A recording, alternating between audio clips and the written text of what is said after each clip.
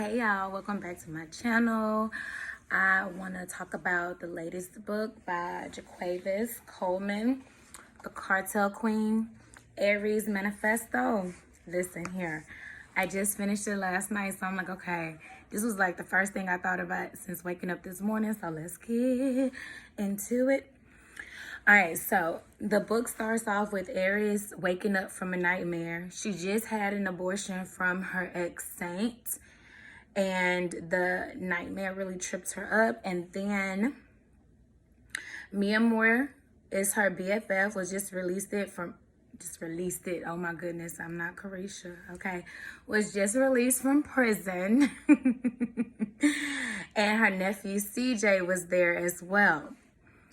And then it switched over to Saint waking up to his bodyguard and his grandma decapitated. Then it takes you back to present day, okay?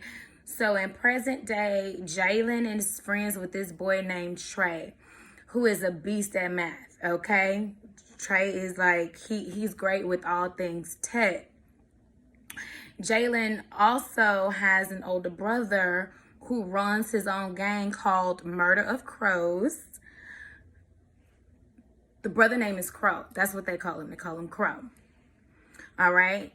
Trey is Aries' son. Are you with me? Okay.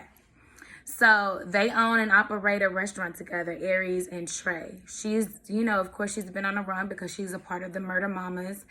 And she's just been laying low back in her hometown, just doing her own thing or whatever. Aries also have a friend on the island named Flower, who is a mute, okay? So Flower is a mute. She's kind of described as a young lady who who's not all the way present mentally. Let me just say that. Who's not all the way present mentally, and they just assume that, when she just showed up randomly a few months ago, maybe she went through some things tragic. When nobody claimed her, the community just swooped in and just started taking care of her like they've been knowing her. So that's just how they do there. Saint propositioned Aries, and she politely declined. He basically wanted to wash his money through her restaurant, and she was like, nah, you know what I'm saying? So awesome. So Crow works for Saint by watching his house at night while he sleeps. So Crow is kind of like his right-hand man, like his, or should I say right-hand henchman. And then I put in my notes, so what was Crow at the beginning of the story when Lovey head was cut off? Okay. Was in a china cabinet. Okay. We will soon find out. So since Aries declined Saint offer, he decided to send her a message by having Crow and his crew go over her restaurant and terrorized her. So in return, Aries turned up at his house having coffee with Grandma. Okay, Grandma love y'all in the kitchen.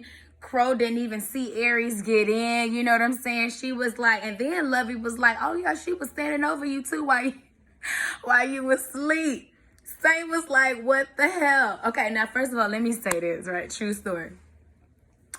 I went out of town with my sister and some cousins or whatever. We was going out of town to Louisiana, unfortunately, for a funeral. So while me and my sis sleep in the bed, one of my cousins just, at the middle of the night, just started staring at us, right? Like just staring at us for at least, just watching us as we sleep. I didn't know this. I was knocked out. My sister told me the next day when we was at Waffle House or whatever, and I confronted my cousin about it. I was like, did you do this? She was like, yes. I said, well, what the fuck was you thinking? Like, that shit's so weird, right? It's kind of scary because who the fuck thinks to do that? I just had to put that little bit of my truthness up in this story saying, I see where you coming from, boo. Like, what the fuck? Okay. So, Aries ended up giving in and agreed to go on a date with Saint. I guess they both, liked each other's vibes, like how they came at each other. They seemed that they had some things kind of in common. The tension was there. She got some head from a waitress named Red that worked at the bar that she frequented. I just threw that in there because honestly, I didn't know if I should suspect Red. I mean, in a way, I kind of feel as though we should. We don't know her. she just turned up too. And I get that she ate and sucked on your little thing or whatever, but so guard is still up, okay? After her date, she came home and was confronted by a man named Jorge Diaz. He's related to a boy that got jumped by the crows in the earlier part of the story, as you know. Trey ended up hacking his phone and sending money to the leader of the crew, Crow, and in return, he wanted Aries to wash his money. So here we go again. Aries like, I already turned down one of you motherfuckers. Now here come another one. You know what I'm saying? And I gotta do it because this is my baby, even though he shouldn't have messed up like that. I'm not saying hit your baby because me, myself, I plan on practicing gentle parenting. But you know what that means, all right?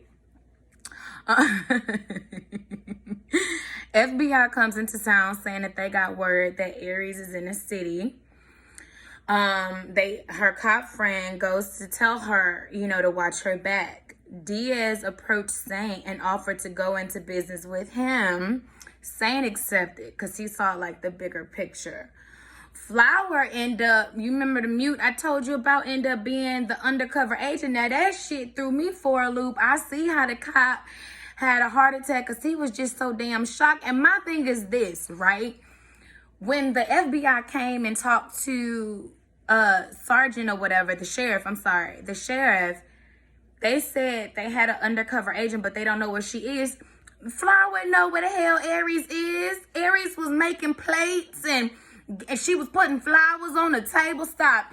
Flower know where Aries is. That's why I thought it was damn Red that we couldn't trust, because Red didn't know where the hell Aries lived. But Flower did. Flower knew shit. She knew stuff. What the hell? Okay. Yeah, when Gibb, the island sheriff, found out that Flower, I told you he had the heart attack and passed away. Aries and Saint decided to take a weekend getaway.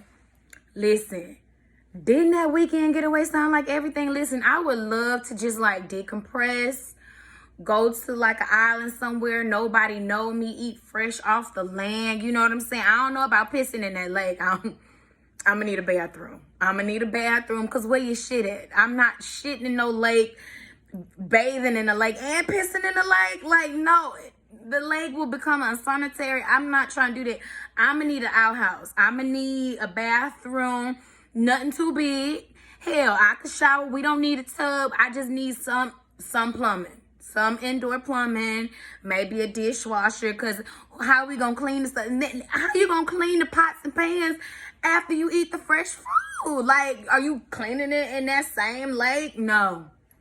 No. And then you want to have relations in the lake too. It's just too much going on in that man-made lake. And I'm going to need, and all that money you guys saying, I'm going to need some outdoor plumbing. Please fix that up. Please fix that. And before Aries come back over. No wonder why she didn't want to have a damn baby. Like, can we get a damn bathroom?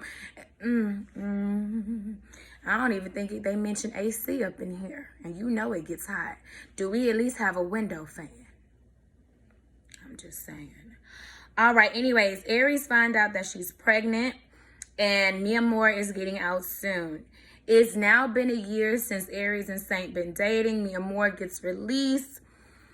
Aries' son Trey was killed by his BFF Jalen. Now, of course, you know, if he killed him, that is not your BFF. But Jalen was just so intrigued. He just so wanted to be a pick-me so bad and join his brother group, the Crows, that Murder of Crow, that he killed and murdered his best friend as an initiation to get up in the crew, which was all orchestrated by Crow, by the way. Crow started feeling some type of way about Saint, and of course then Crow had his own thing going on with the Connect, and he just was trying to get rid of Saint, and he thought Saint was getting soft by dating Aries. So Crow just started doing a lot of fuck shit, okay? Crow tells Aries that it was all a setup by Saint. And honestly, I don't know know why Aries was so quick to believe that. I think she was because she was like, oh my God, things are going too perfect. It gotta be something wrong with him. It gotta be. So let me hurry up and believe that he would do something like this. I mean, I don't know why.